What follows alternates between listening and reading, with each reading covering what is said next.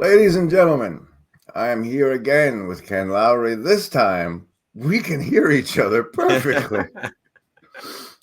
This is the Fringe Encounter with the host of or captain of the Climbing Mount Sophia YouTube channel. Ken, hello and welcome. Thank you. Thanks for having me. I'm excited to chat with you. And yeah, last time it was a bit of a rough go, but hopefully this time is better. I'm in a different place with better internet, and so hopefully no issues. And I was all, hey, let's try it live because, and that was great. I got in trouble for not doing savings throws with Raj, and I don't know if you're that familiar or not. But what I do is our world is full of mind control, even if you just consider advertisement. And so to remind people that that's the case, I offer them these savings throws they can participate in. And they base their saving throw on a choice, which is between survival, social, wisdom, or heart. And if it's over 10, then they take half damage from what follows. I tell them, choose, and you're welcome to as well. I'll take wisdom. We have for the survivalists a 5. For the socialists, 11. Your wisdom roll, sir, is an 18. Okay. You're nigh immune to me. And the hard folks with an 8, you can get bonuses by commenting on the live stream and or comment section. So if you have one, you'll make it.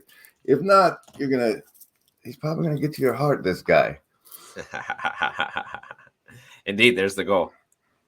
So I would say that what really prompted this was that probably I had to talk with Vervaeke, and then you tagged me in a tweet on this, like, let's do some Vervaeke after Socrates stuff.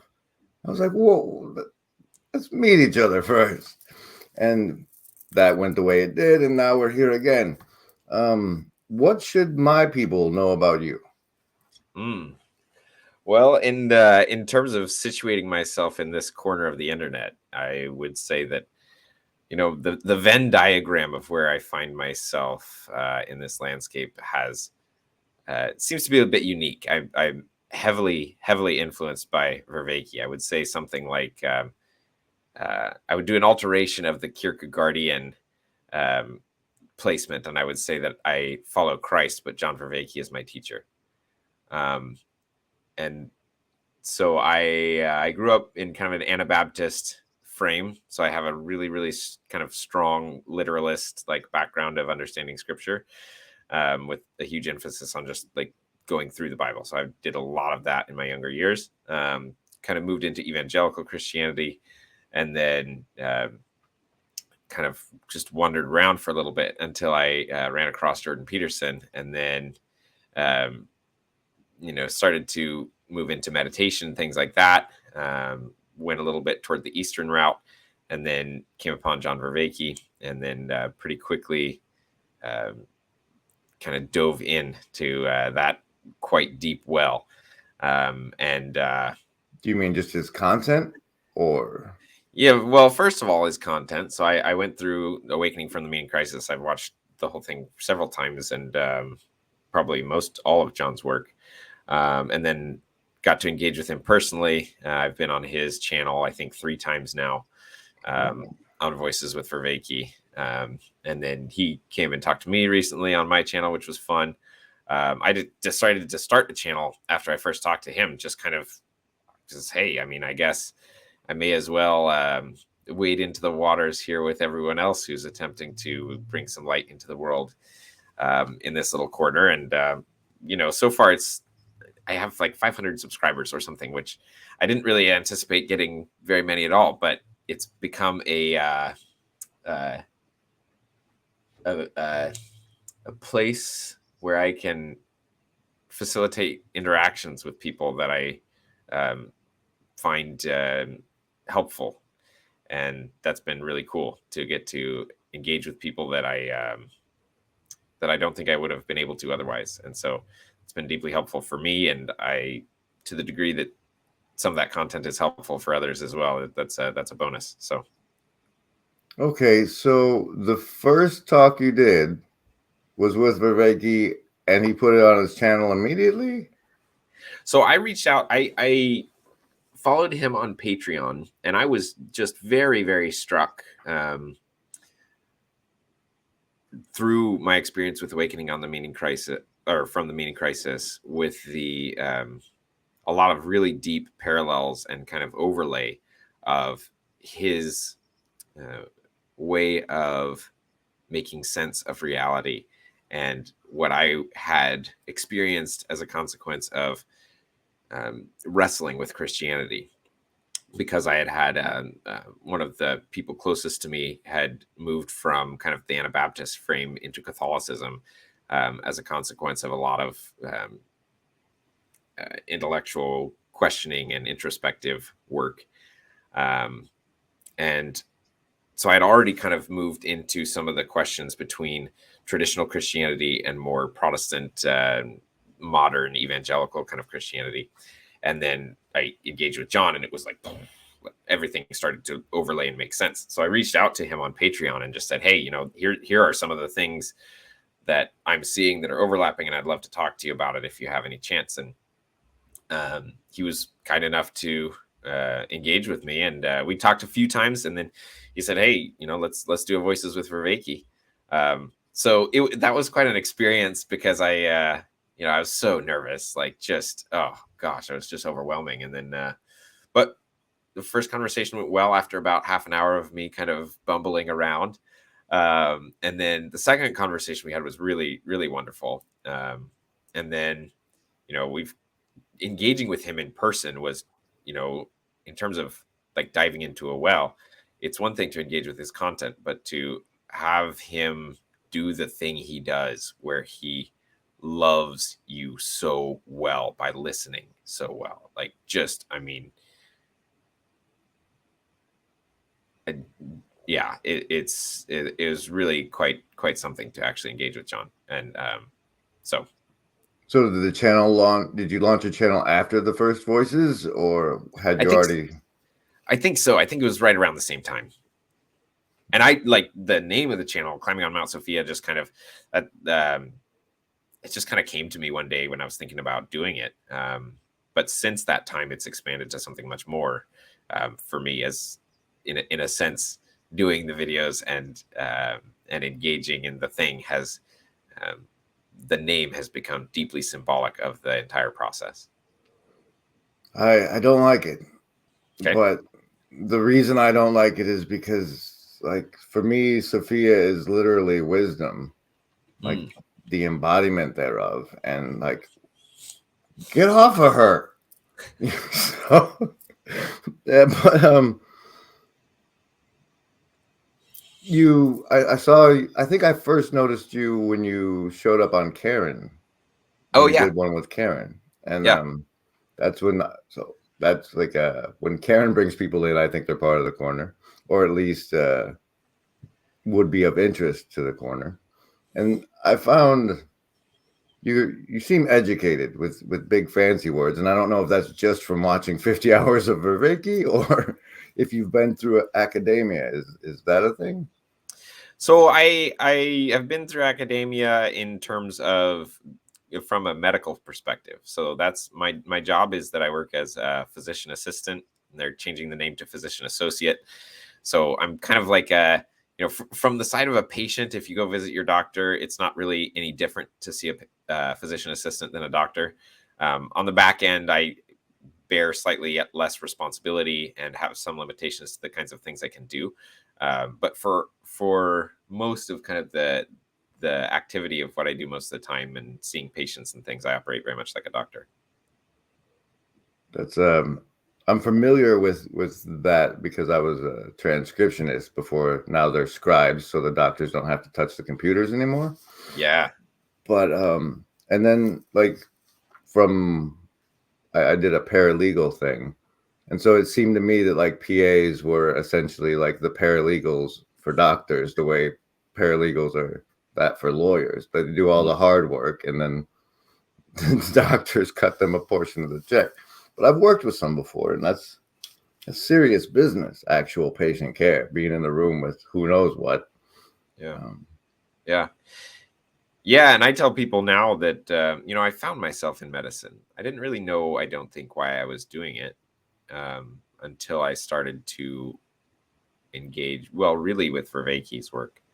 Once I started to really understand what philosophy was and how that it's a way of life and a way of being, I suddenly realized that the reason I did medicine was to practice philosophy in a very real, tangible way, kind of on the frontiers of human suffering.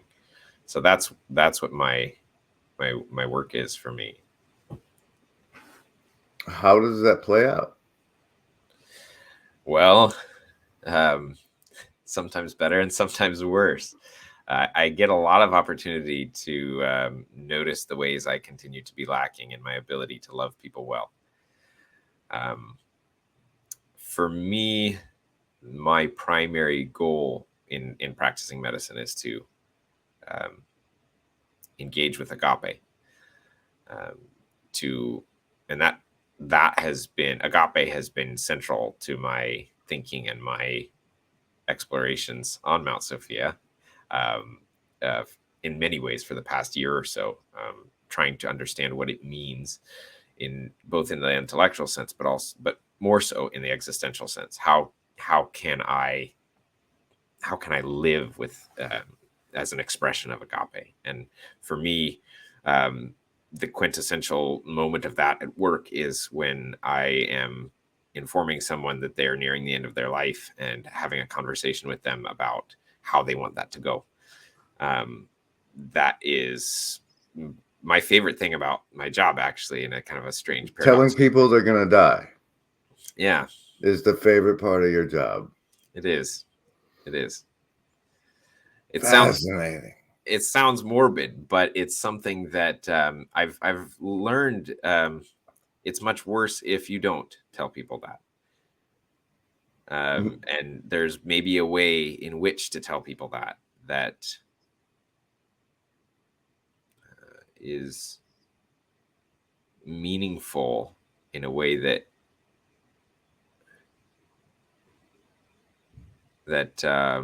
is transcendent, I think, is the right way to say it. Like you try to make the news an opportunity for self-transcendence for them, or Maybe. I try to make it so that I am there with them in such a way that they can be where they are.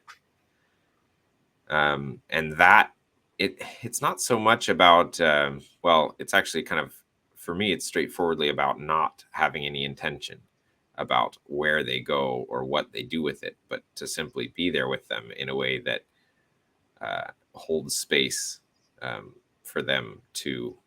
There's this, and this is this notion of agape, is that there's this way in which, if the magic of it is happening, I'm able to somehow kind of like channel that kind of love of God, I think is the right way to say it, into the space that kind of provides them with the ability to have the courage to be with that kind of level of confrontation with ultimate reality. And so that's kind of the kind of thing I mean by transcendence. What they actually do with that varies dramatically, but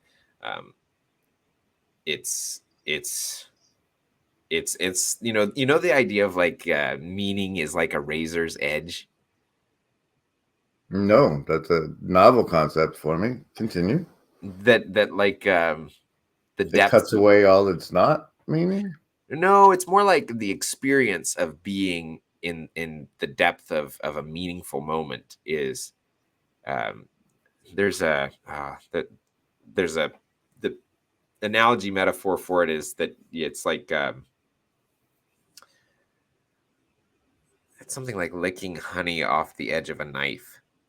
Like there's something exquisite and painful about how meaningful it can be.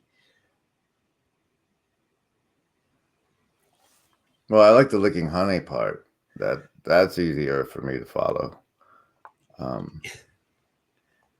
So I saw I checked the one thing I definitely watched on your channel was that NPC video you did with your brother. Yeah. You commented a couple times. Thanks for engaging. Yeah, and it's like I don't know, it's like after our first encounter, I thought your brother might have followed me on Twitter because like what a like hey, this guy's picking on my brother. and, but it was I thought it was a really fruitful conversation. It's one of the things we have to address now is how we view those who are operating on what seems to me to be under ideological possession. Yeah. And so that was a powerful. I noticed also that you just released one with Jordan Hall. Mm-hmm. And so, are there any other agent? I mean, intelligentsia who have you want to highlight have been on your channel? Oh, well, so John has been on once, well, kind of twice, because I did a video with John and David Schindler, DC Schindler, and that was both on my channel and on John's channel. And I did another one with DC Schindler recently. I've done one with Jonathan Pageau, and then one with Christopher Meister Pietro. And that guy, yeah. You're getting all these people I know won't talk to me, or like, whoa. I guess we found that.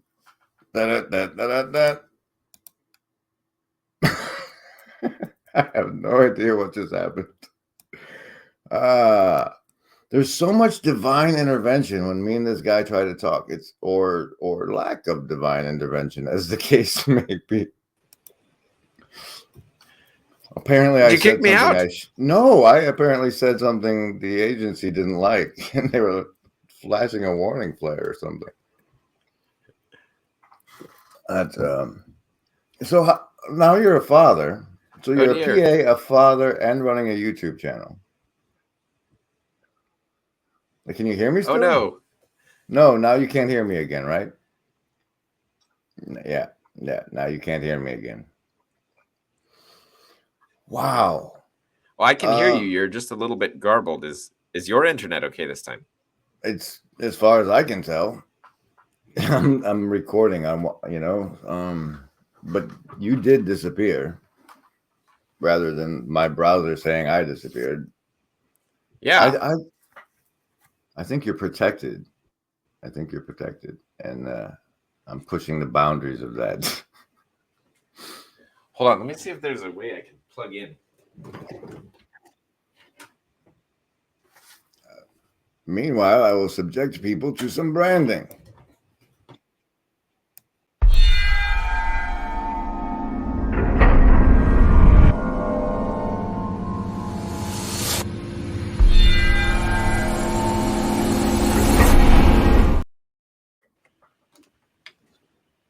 I don't know if it helped.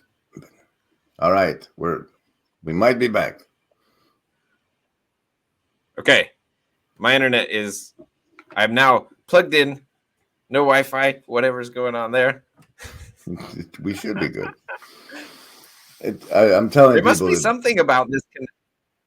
There must be something about the connection between you and I that is important, right? Or because you're there seems to be some me. kind of. I don't know. I'm not. I maybe it's foolish of me, but I am not afraid of you. There's I have to say this was requested. One of the people who saw the cluster that was the last time said that this was an interesting dynamic. So, sorry. So you mentioned that some of these people don't want to talk to you, and I'm curious what you mean by that. Like I wouldn't even try, like, because I'm openly irreverent, and that it's like I had John came on and I brought up the face on Mars. It's like not. I think a lot of people, I assume, really, that that could be problematic for people, and so I just don't Sure. pursue those types of talks, um, because I'm not academic. I'm not, and they play it at the big word level that I can follow, but it's hard for me to play on that field. I hear you. I hear Um, you. So what for you is kind of the where do you see yourself in the niche of and I apologize. Had I watched more of your videos, I would probably know. I've watched 2 or 3 of them, but um, one of the things that particularly struck me about your conversation with John was I saw a side of John that he doesn't often um, show up with. Kind of just the more lighthearted and kind of going with things that were random, and I thought that was really beautiful. So, uh, yeah, well, I that's probably why I'm hesitant to ask the other um, academic folk. It's because like coming on with me sort of would ask that of them, and mm, I think that would be not a comfort zone. My personal investment came when the lockdowns did, mm, because a long time ago I retreated from the real world. mm, Winning life meant maximizing my discretionary free time, mm-hmm, because like I saw what I perceived it would take for wealth, and the changes I would have to make to myself to achieve that were I, my predictive processing said that if I did it, I wouldn't like myself anymore. I yeah, would yeah, have to compromise things I hold valuable. mm-hmm, But then when they locked everybody down, I I recognized how harmful it had been to me, mm, and it was fine for me to check out and do that. But for it to happen to the rest of society, mm, it was frightening, like the damage that has caused and will. I think the damage that caused will be continued to be revealed over time, particularly in the case of childhood development. mm-hmm, But I'm also paranoid enough to have been what I was expecting them to take me away to a camp mm, for not letting me put that thing in my body mm, the way things were going. yeah, So it's at this point it's like a lot of I think a lot of parents try to make sure that how what was bad for them coming up doesn't happen to their kids. yeah, sure, And so it's similarly, except not particularly my offsprings, but that what I don't want to see other people's kids end up hikikomori, stuck mm, in stuck in the video game world, just doing what you have to do to get by to get back on the internet. uh, And okay, so to the extent that that's why I consider myself a cautionary tale. mm, It's like it's more dangerous than we're led to believe. mm, mm, These virtual experiences and places, yeah, they it's like I went to sleep when I was 20 and woke up damn near 40. ah, yeah, yeah, So yeah. Interesting, just interesting. that checked out. Now I'm very curious. So it sounds like the recognition of the harm caused by the lockdowns was that kind of like the thing that started this to wake up, as you just said.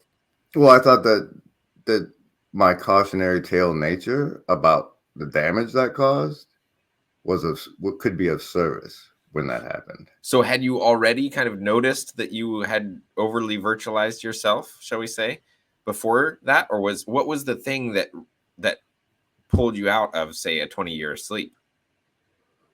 Uh, Truthers on the internet. Say more. I I'd watched Peterson, Uh-huh. and so in the Bible lectures, so I was primed with the Abraham one, Okay. and I had an opportunity to go to Portland, Oh, and right in my backyard. well, unless you're in Maine, Oh, well, because true. it was the West Coast one. But the opportunity I knew was connected to an opportunity I knew would be connected to an opportunity to try psychedelics. Oh, sure. And I was pursuing that for my status, my general condition of when I wake up, I'm angry about it. Like, oh, I'm this again. And so I was trying to treat my own nihilistic depression. And I came across this video where a guy was trying to get people to come on the internet and tell survivor stories about the abuse they had gone through, kind of like Me Too, but deeper, like what happened to you when you were kids and stuff. And that seemed dangerous to me. And then the guy who followed that guy came on with a story about bad things happening to kids at the donut place in Portland. And I was there. And I was spending my life watching YouTube and playing Overwatch, which, like, Overwatch got me into a flow state because that's the pull of the games. I mean, they're designing these synthetic experiences that are super normal stimuli. Yeah. And so I thought, if I'm going to do, if there's anything I can do, I can try and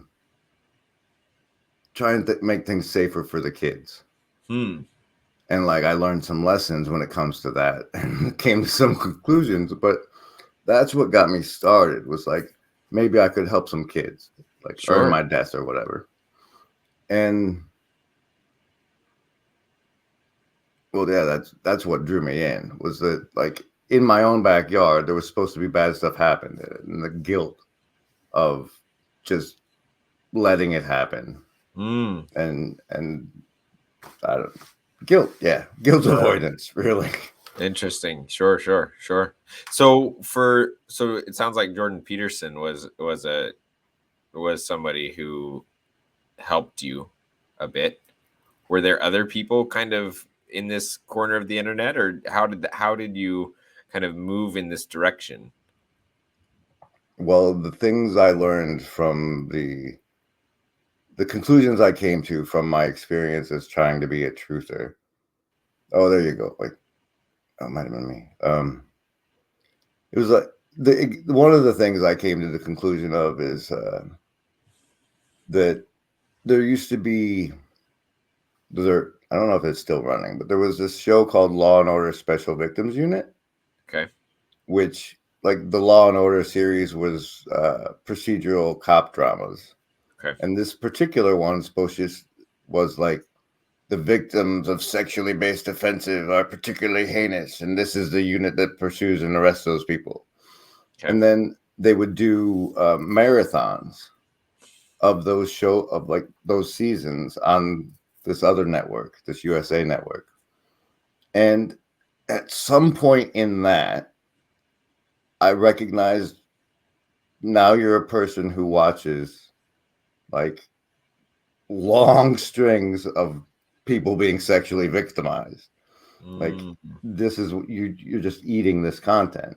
And the whole truther experience, so I saw that after a while. It's like, that's what's happening here, is people are just like, I don't know if it's fear porn or some kind of, but like, there was something that content is feeding in you.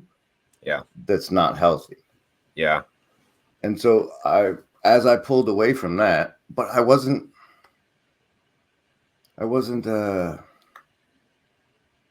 I mean, I was pulling away, but I still had a lot of the curiosities. Mm. And one of the avenues of pursuit involved um, a film distributor. And one of the people I had run to, I was still like, because of the algorithm and Peterson, I had also been fed all these other channels. Okay. And on one of those, one of the guys claimed to have a friendship with that film distributor. And so I thought like getting close to that person would help me readjust back into out of the watching that sort of material, Okay. because like I would get, because he had that friendship information, that side of it, I could like de-villainize that guy in my mind. Oh, interesting. Oh, interesting.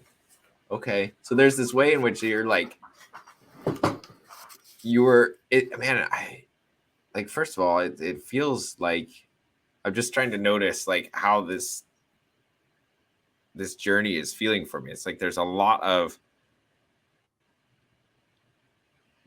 heaviness along with it, and then it's almost like at some point the heaviness got to such a degree that you could no longer not be aware of it, and you had to move somewhere with it. And one of this and this moment was this light of realizing like I have to stop putting the judgment on, say, the people who are producing the content. Is that something like? Well, it was more like I had been leaning into my own confirmation bias, and I didn't like where it led me. So you needed to break out. You needed to break something of the framing that you were in. Yeah, and so I was Okay. trying to get the other perspective and like how people could see what I was seeing and come away with a different impression. And so that guy was working on a channel with another fella, but they didn't have a Discord or anything yet. And because of when I got into the truther community, I saw like like the truther people will come up and they'll show all sorts of like, this is the horrible things I saw. And everybody that gathers around them is always in the crowd being like, what about this? What about this? Can I ask a question quickly? I don't know if I understand truther very well. Like I kind of do, but I don't think it's like that term's a little bit confusing for me here. Can you define it? Okay. For example, there's a man named Larry who happened to he owned a couple properties in New York, and they were full of asbestos, and so it would be terribly expensive for him to have it removed. And what ended up happening was he took out like really big insurance policies on those buildings, and then they were subsequently destroyed by planes. And somehow him and all the people he cared about didn't go to work that day or weren't in the buildings that day. Sure. And so truthers are the people who notice those kind of things and be like, hey guys, what? So the facade is intentionally deceptive. Sure. As far as the official narrative of things. Sure. Okay. And so they're pursuing the truth of those things.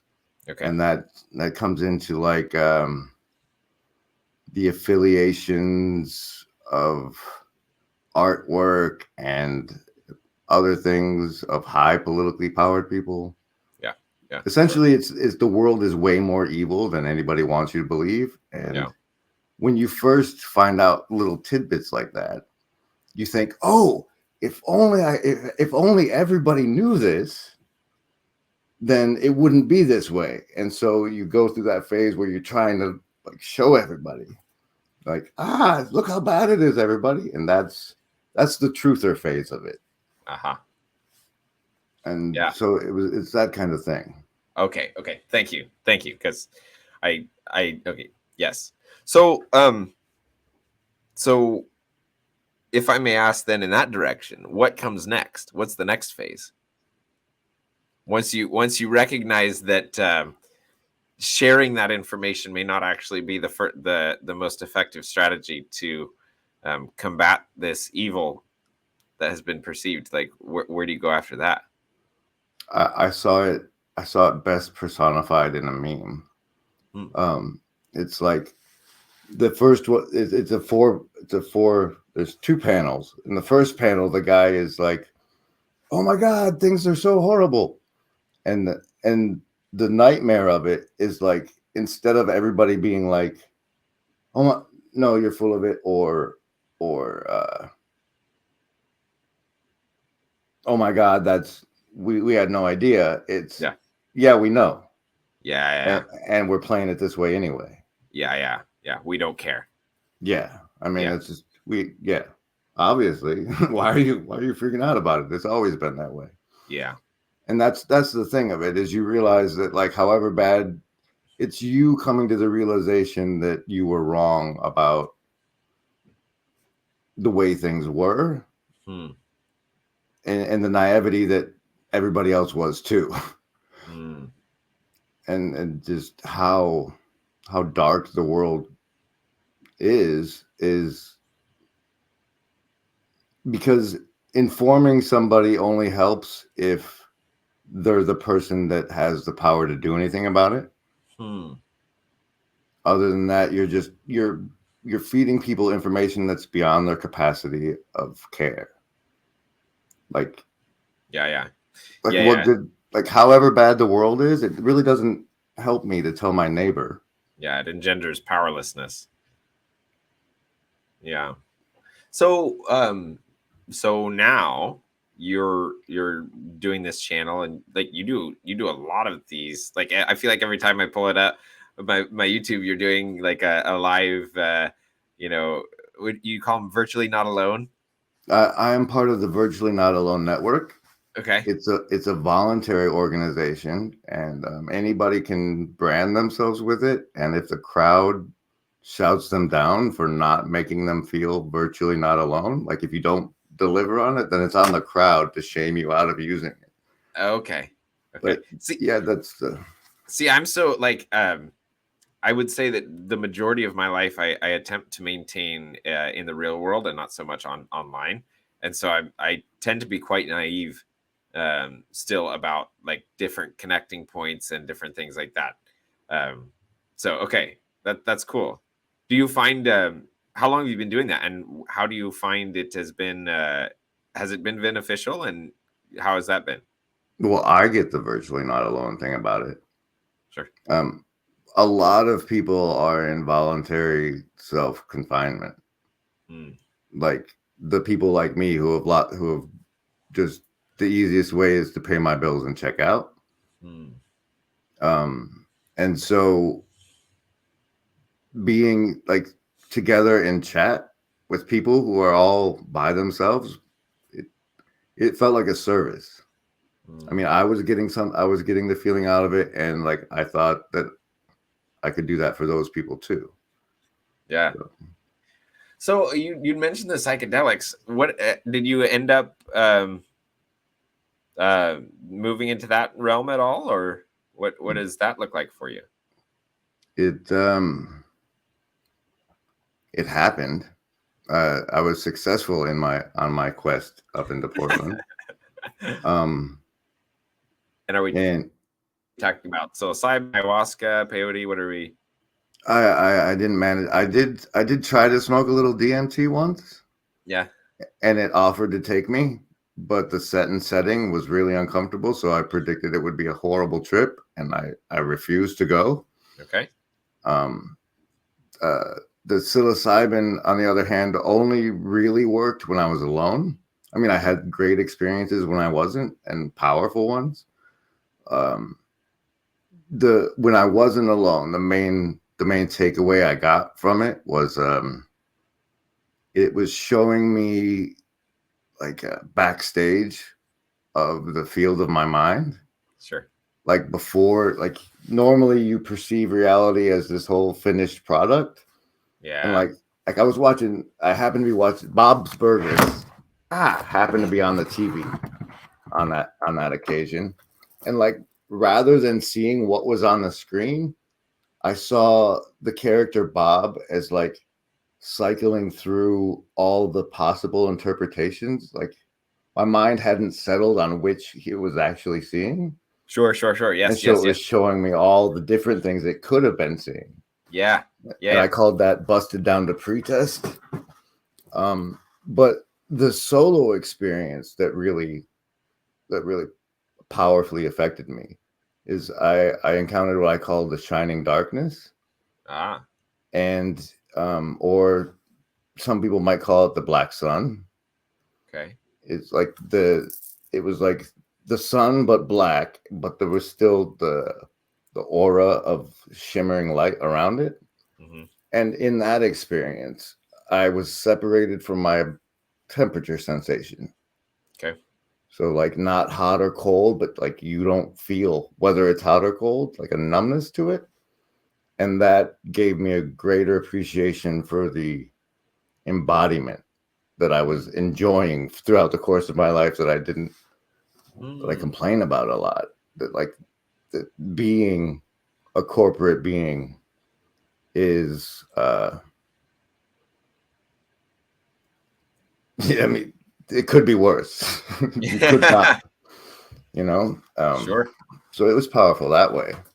But that was, I haven't felt the need to get another lesson from that teacher since then. It's like man, thanks for sharing this. It's like such an interesting journey. Like it sounds like you've been in some like fairly difficult places. There were some quite difficult places, and I guess what I hear, maybe even as much in your posture more than even the words you're saying, is like this like attempt to fall in love with being again for the first time. Yeah. Well, I probably had it when I was a kid. There's a way in which the Garden of Eden is who we were before we knew what we were. I can see that. Yeah. My current Garden of Eden bit is that the knowledge of good and evil is participatory knowing that involves an ignorance of the unity of existence. Like in order for us to understand good and evil, we can't understand how connected we actually are to each other. Yes. Or we wouldn't be able to do the evil to each other. Yes. Yeah. You know, this is, so maybe we could talk about this a little bit, because this was actually maybe the most significant pivotal moment in my experience of being a person. Was it was a real true like metanoia in the way that John talks about it, and he actually put that as the title of the first video that I did on his channel, because I talked about this experience that I had as a function of kind of a confluence of me following the trail started by Jordan Peterson with some Jonathan Pageau and then John Vervaeke. I came to this moment where all of a sudden I realized, and I don't mean realized just intellectually, but realized in the depths of my being what it means to commit the sin of the knowledge of good and evil. Like I saw it. And I mean, there's so many different ways to talk about it, right? And you can never really quite contain it in words, but it's like, it hit me that move to, I guess one of the ways I would say it, and I, if I'm hearing you correctly, I think it resonates with what you're saying. It's something like the movement to place my finite perception of anything about reality in a hierarchical order at all, even, is to commit the sin of the knowledge of good and evil. Another way I would talk about it is to do anything to shift relevance realization out of its self-organizing state by some act of the will. And like that for me, like that story for me, this issue of the knowledge of good and evil is so central, because I mean that was like one of the points where my life just turned around, because then I realized also that that's what it means to be born again, is to flip back. And I remember, like, I was sitting on the couch when it happened. I mean, I was and I don't even remember. I don't know if I was listening or watching to something, or if I was just thinking about it. I don't know. But like, when it hit me, and I went, and I like got in the shower, and I was just showering and just like just praying over and over again, like, and actually, like, because I grew up in the church, and it was always, come to this altar call, and like you'll be born again and saved. And I did that so many times, and like, nothing really changed. And I remember standing in the shower and just praying over and over again, like, I want to be born again. Like, I think I actually, have a glimpse, certainly not a totality, but a glimpse of what that really means. And like, I want that. And I didn't want it because I was supposed to want it. Like, I really wanted it. And so, yeah, that sense of separation that happens when, I'm trying to remember exactly the words you used, when you realize, when you pull away from a participatory unity with reality, and step back into your own being, as if it is a self-contained thing almost. Does that resonate for you? Yeah, it's when I was exposed to the truther stories that pulled me down that rabbit hole, or well, I had lived in a conspiracy rabbit hole. What the real enlightenment, not enlightenment, I guess, but the real draw of it when I found it was that the not aloneness. Because like a conspiracy person out on their own thinks all these things, but they feel like everybody else is part of the herd. And then you start finding out, no, you're not the only one who sees these things. Yeah. And you feel like they're virtually not alone. Yeah. And then the other thing that came up, like, I swear, like, I might be misremembering, but I think it was the same day, was there's a YouTuber who the ladies like to call him the guy with the eyes for whatever reason. His name is Saint John Julian Baba Wanyama. Oh. And he apparently does, like, his YouTube is to fund his charity in Tanzania, where he takes care of disabled children's. Oh, okay. And at the time I saw him was because of the video they fed me first, was him being excited about Jim Carrey saying something on the Norm Macdonald show about this thing called the sacred secretion, which essentially is the premise that the crucifixion happens within your body. Theoretically, once a month, your brain squirts something into your spinal fluid. It goes down to your sacrum. And if you don't live dirty while that's happening, it makes it all the way back up past the place in the skull, and then goes into, I think, your pituitary for 2.5 days, after which it squirts, like, two of your glands squirt stuff over your pineal gland, then the milk and honey, and that lets you see the face of God.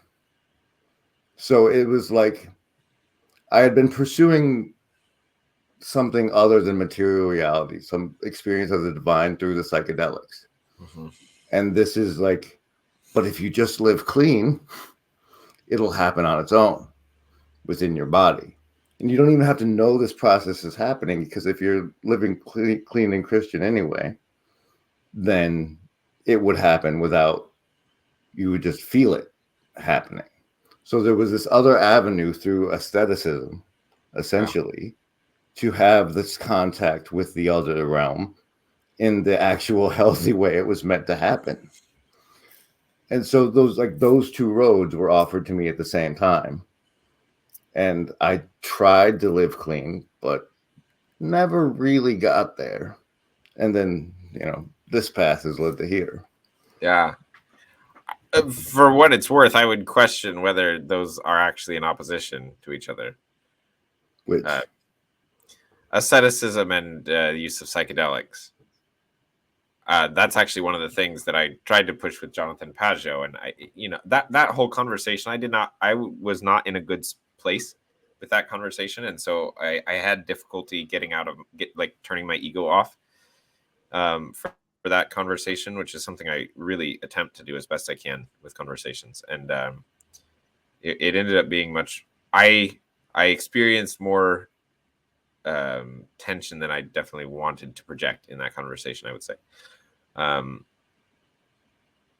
Jonathan was very gracious with me, but one of the things that I wanted to talk to him about, and we did talk about it at the end, was this issue of psychedelics. Because for me, I think that especially those who take Christianity seriously from a traditional standpoint and hold that as their identity and all those things, have been quite deeply foolishly dismissive of psychedelics, and I think that is a real a very big miss.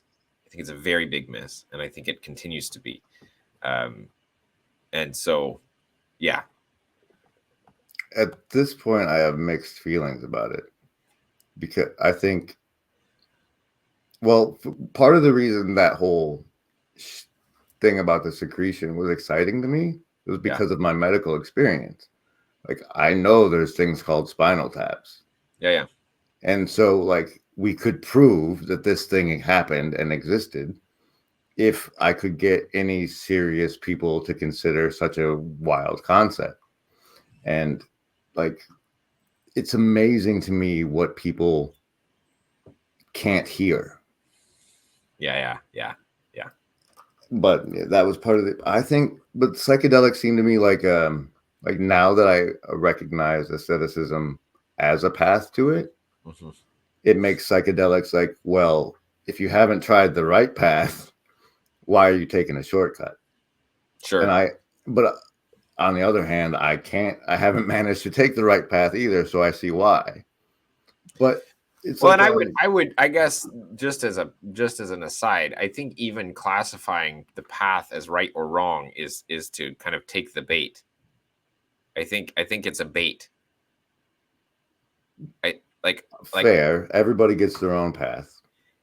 Well, I think it's more like there's not a right or wrong path. There's a better and worse posture to engage whatever path you're on. Right? If I'm engaging asceticism, there's a lot of ways in which I might engage asceticism, and it is actually deeply unhealthy, and not egoic. Yeah, and simultaneously, there's also ways I can engage psychedelics that are deeply unhelpful, and take me to kind of like solipsistic egotism or something, or make you a bumbling idiot who walks the streets of your town for the rest of your life. Yeah, I mean, I think that's a bit overblown. As far as the actual, like, the times that happens, I know that does happen, but I think, again, it's the kind of thing where, like, I do medicine, right? So I'm well aware of the ways in which medicines misused cause deep damage and death. And so, all those kinds of arguments, I think, are like, I understand why they're there, but I think they don't hold in any kind of real sense about the thing itself. Because it's like, yes, of course you shouldn't use this frivolously. Of course you shouldn't just like give this to children and say go nuts, like, or anyone else. Like, it's at the same time, like, you wouldn't just take any random person and stick them in a monastery for 3 months with bread and water and just say go nuts, right? Like, it's I think what I hear from a lot of people, and I'm not wanting to pick on Jonathan, but the kinds of arguments that people like Jonathan will have against psychedelics, I think are based on, the misapplication and the procedures that have been shirked in their application, much more so than and therefore then they just don't take it seriously, as a means of what I think is really legitimate, a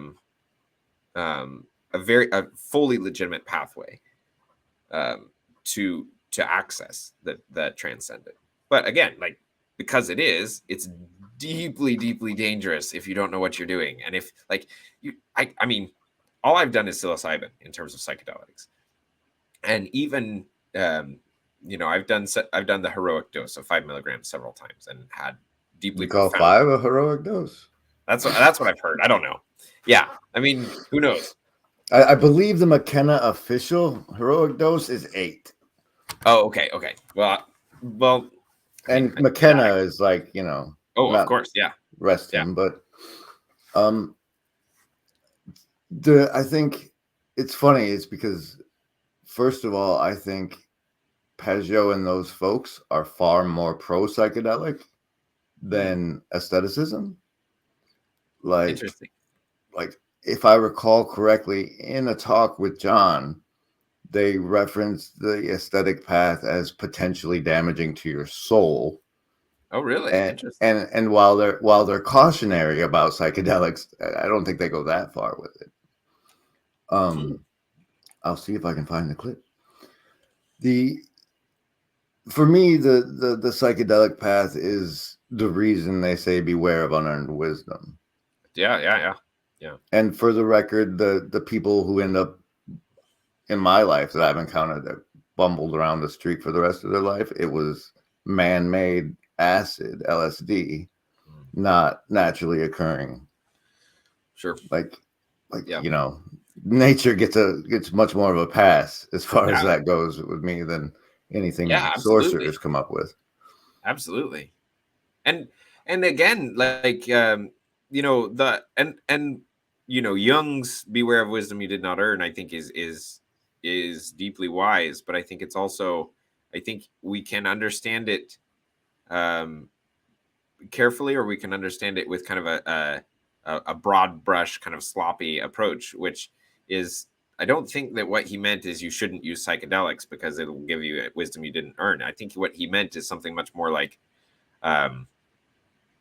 if you're going to use it, make sure you're prepared and you've already engaged deeply in the pursuit of wisdom to start with. Yeah, beware doesn't mean don't do.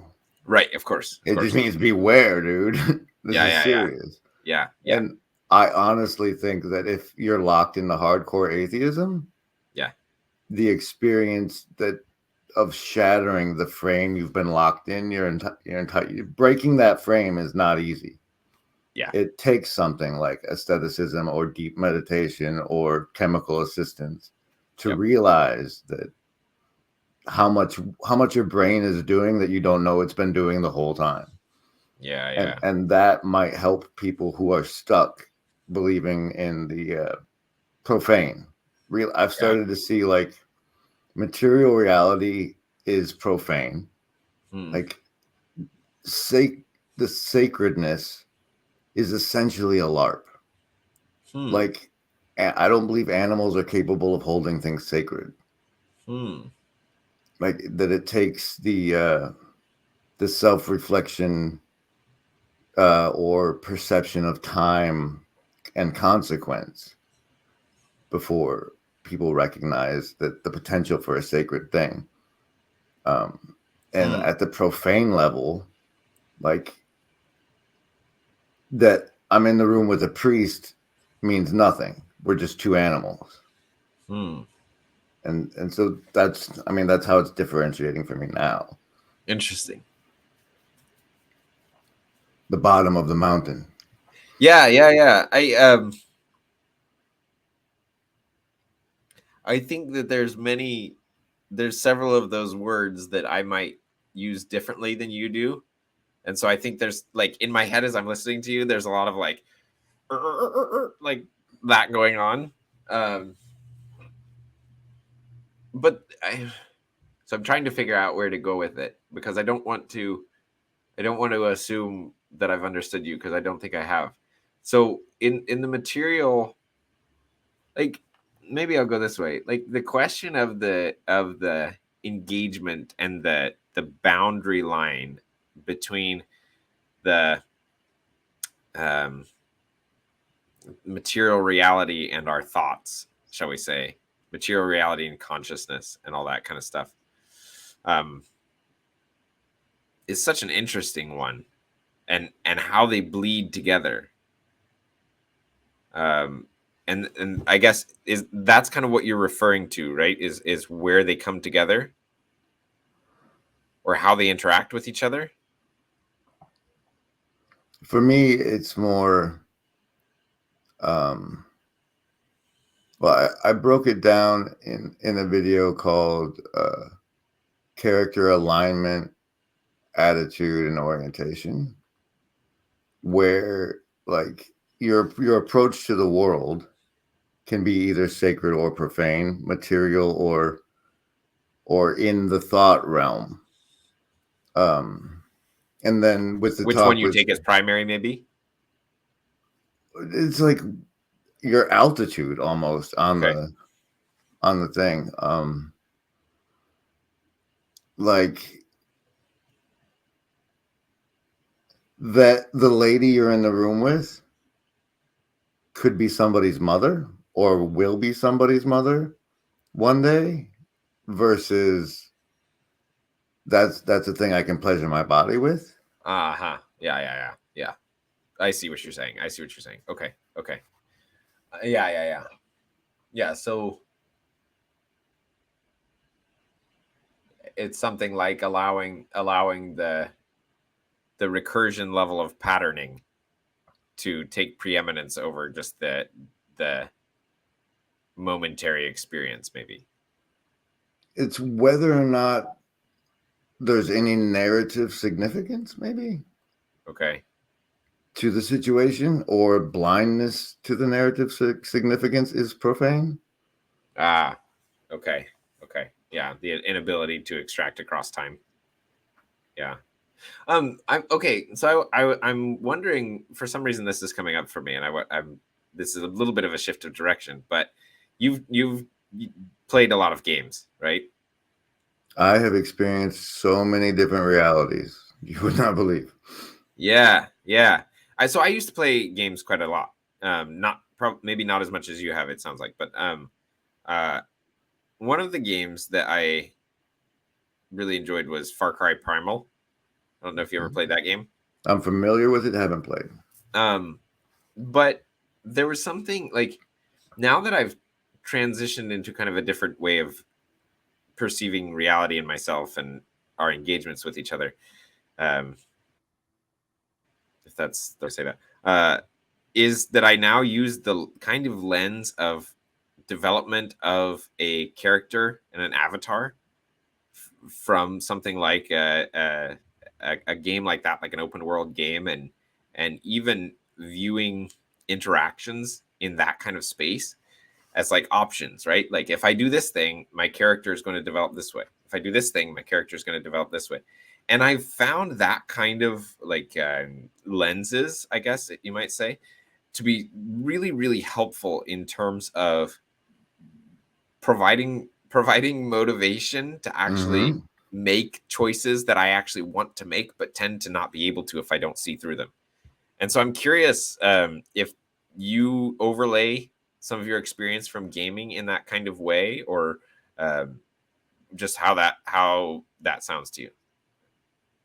One of my main heresies is that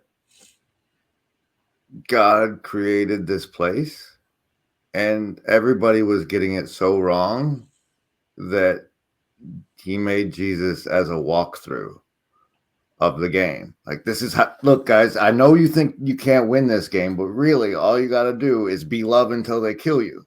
See, look. And so he showed us that we could beat the game. Or that the game was winnable. That's actually not a bad way of looking at it, in my opinion.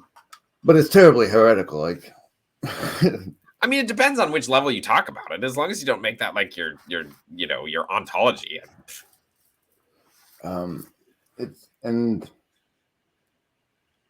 like this is that everything that's coming up is tangential. I don't want to go there. But as far as as far as the game worlds influencing the way I view reality, I'll do it this way. I fell in on as part of my journey. I ended up back here, and there was a guy who ran a radio station, and we ended up playing tabletop role playing games on Sundays. And we played this. We ended up playing a space game where we were in a ship flying around the different planets, and we came to a pleasure planet, or a planet that was meant to be a pleasure planet, and there was corruption we had to defeat as the PCs in that game. But I thought maybe, like, because that's the real debate about this incarnated experience, is like, is being love until they kill you how you win, or are we here because it's a pleasure planet? Like, one of the things that I got from the guy who was on that channel was like, we wanted it to be real. And like, this experience, it could be an amusement park. We could be, yeah, but I don't want to know that we're really connected. I want to experience the good and evil. And so maybe this is a place where we come to do that. And if that's the way this is, then why would Asceticism be well, let me try this because okay, so I'm reading Nicholas of Cusa's Vision of God right now, and one of the things that I actually put it on my Twitter this morning because it struck me quite deeply. So I'll just read it. Because one of the things I'm hearing in what you're saying is that the question of desires, right? What do you really desire? What do we really like? What are we here for? Well, maybe one of the ways we could look at that is to ask the question, well, what do you really want? And if you ask that question, right? Like if you really ask that question and you keep asking the question, every desire, every answer that comes up for you is a facade, right? Right? It's like, well, what do I want? Well, right now, let's say I'm horny. I want to go have sex. And it's like, okay, is that really what you want? It's like, well, no, I want the fulfillment of intimacy.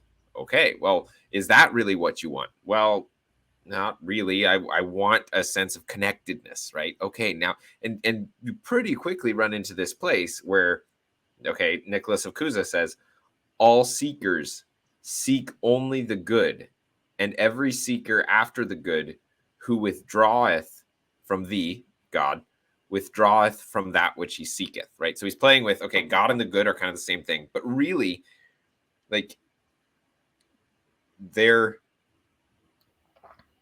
no matter where you turn and no matter what you're desiring, ultimately you're desiring this experience of being in your own life, right? And this is why, like, asceticism, we can't all be monks. We can't all be ascetic monks. Humanity will end, right? So that's not the point, right? And the point isn't for all of us to be Jesus either. We're not all supposed to die because we love so well that people murder us, right? That's not the point. The point is that that happened. So now that kind of transcendent function of dealing with this ontological disconnection has been done. So now I think we often separate the question of can and should we be experiencing pleasure, and we juxtapose that for some reason with are we loving well? And it's like, if you're loving well and you're growing in your character and you're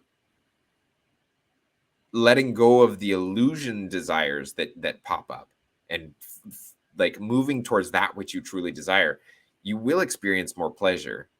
And you will also experience self-transcendence toward the good itself. I think we often set these things in competition with each other, where in fact they're actually the same thing. They just have to be pursued in the correct way. Does that make sense? It lands a lot like you go ahead and try and pursue your happiness, but if you get out of the way and like let God work through you, you'll be like happier than you can imagine. Yeah, yeah. And Because even you're more a so, noob. yeah, yeah, but let me add one more step. It's not even just let God work through you. It's like, go ahead and pursue your happiness. But don't but realize that you don't know what you want. Right? So, and this is like one of the things that Peterson is always so good at is pointing out the fact that like what you really want is not the thing that's going to make you happy right now. You want the thing that's going to make you, well, and let's not use happiness because we know that whole thing. So let's use meaning or joy or something like that.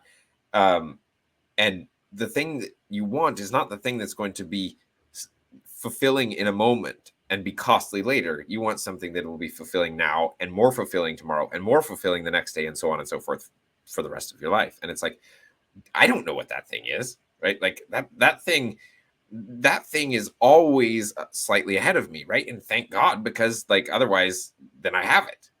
And I don't want to have it. I want to be in the space of that happening over time. And so it's like I had this, so I have this group of guys that we meet once a week. Do you call it an estuary? No, actually, we although it very much is that kind of thing. It's we call it a wisdom group. I started it just based off of like I go to a gym and I was having conversations with guys in the morning and I was like, hey, let's get together one morning a week, and it's been a really wonderful thing. But and it is like it. I'm not really engaged with the whole estuary thing, but it sounds very much like what I have heard of them. But one of the things that we were talking about last week, and they're mostly kind of just evangelical Christian guys, kind of mainstream, but they're all over the place a little bit. One of the things that we're talking about is this, how Christianity is always offered with this notion of it's the hard way and you're going to suffer for it. And there's a level at which that's true. There's a level at which that's true from the side of, the version conquering your own beast. Right, exactly. From the side of the beast, that's true. But on a higher level, in reality, like the more I've pursued, let's call it purity in my life, the more I've attempted to like let go of the sins that have held me in chains. There's suffering attendant upon letting those parts of myself die, certainly, but the reward afterwards is far better and above, and the even the pleasure of just being in my own life has been tremendously augmented by that, by moving in that direction. So I think sometimes we get this really wrong when we emphasize so much the suffering. It's like, yeah, it's suffering from one side, sure, but on the other side, and this is actually the side that matters, this is actually the side that you care about, this is going to be the most deeply meaningful and wonderful experience you can engage with. So it's like, that's a lot easier to sell people. That's a lot more good news.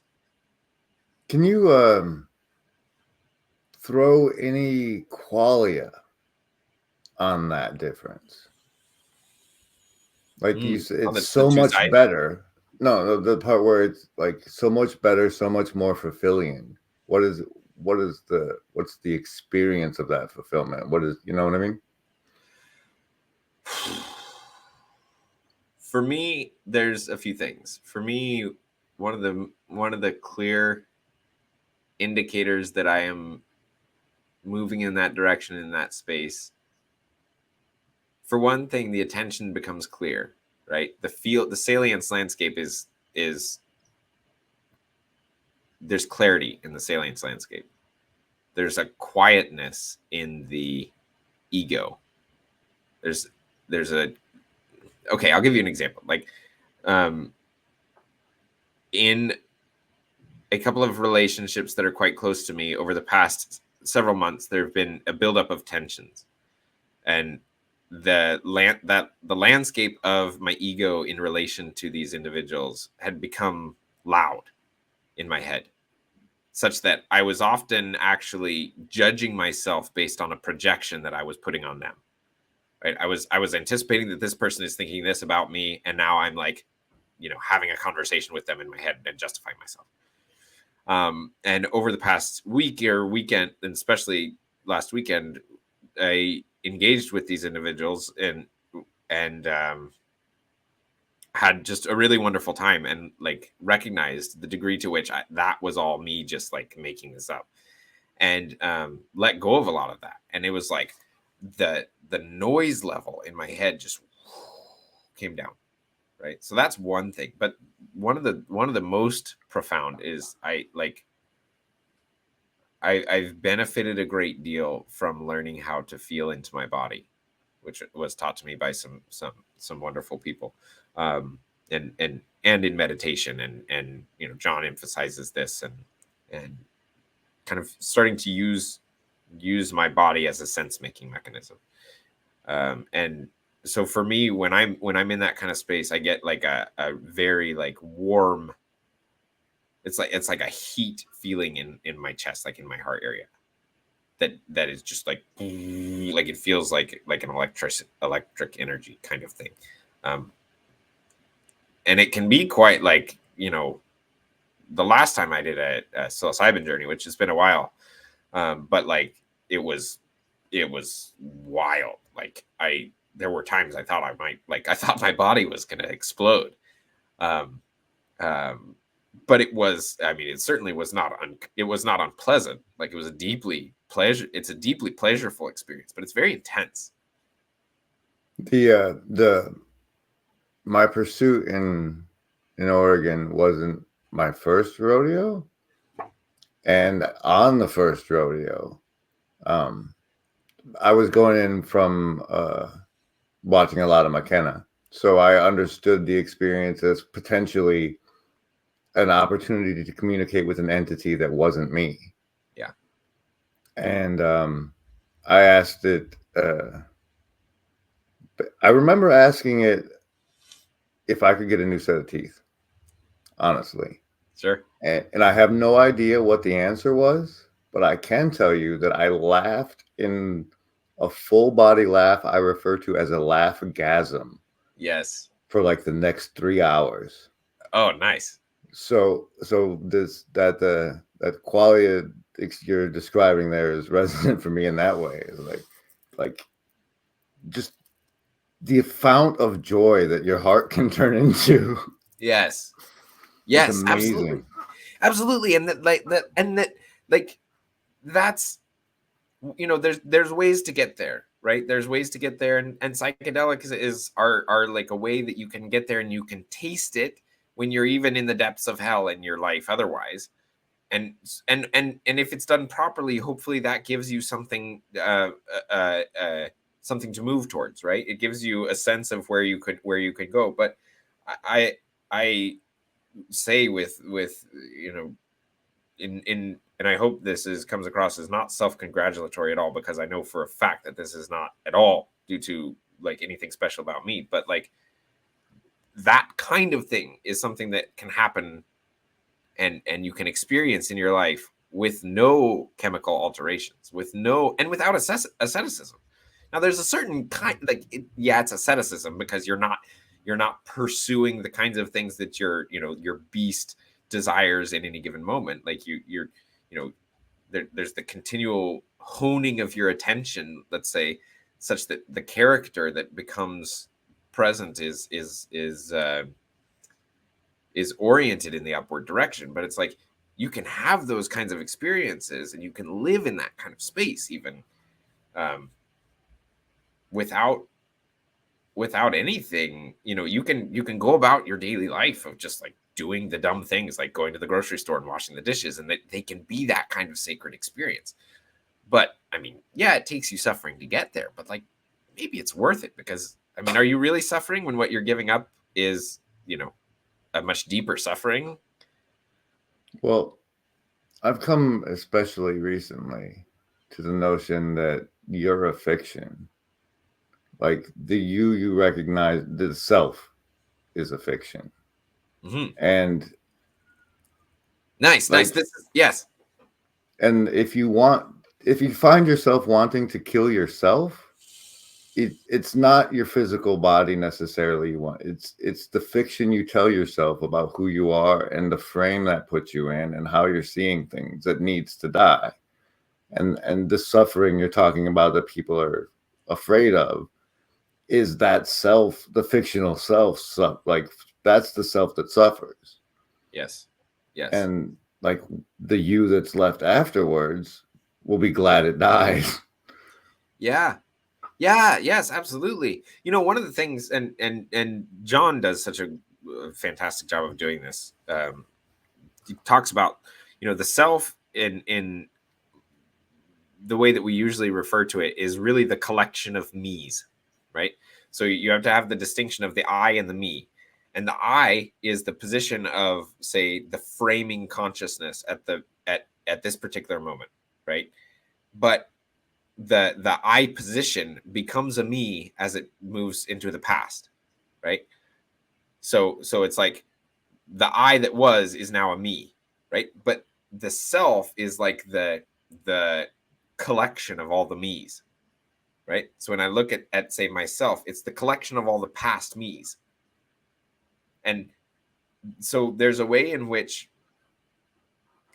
you know, when you have to come to terms with all of those past me's in order to find peace, right? Because otherwise, like one of the things I experience all the time is, say, like guilt and shame for who I've been in the past, right? And you know, this, in order to forgive those versions of yourself, like if you truly forgive those versions of yourself, they stop bothering you, right? They, your say, let's say your collective me, there's the version of me that, like, you know, when I don't let's pick something like Watching porn. yeah. Okay, so this was a big thing for me. Actually, like watching porn was one of the it was like the thing that didn't allow me to ignore the fact that I was broken. Right?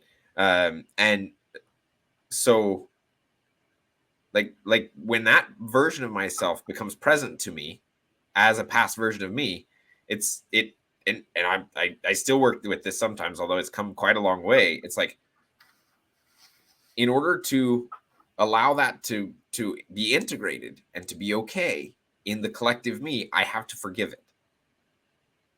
And I have to really forgive it. Like not just say I forgive you, but like I see that version of me in all of its like hideous like shittiness, that from the I position I'm at now, like I look at that and I'm like, I love you.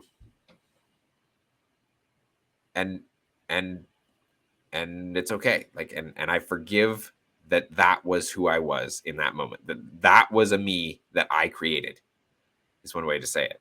And that's hard, man. Like, that's hard. Our internal judges, we build.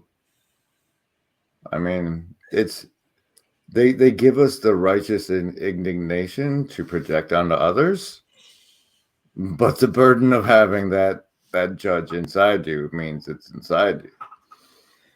Well, and one thing that seems to be a through line of forgiveness and judgment is that you are forgiven to the degree that you forgive yourself, or you no, sorry, that you are forgiven to the degree that you love others, and that is generally something like, you know, the others that you are forgiving are actually projections of your own self judgment, like you just said.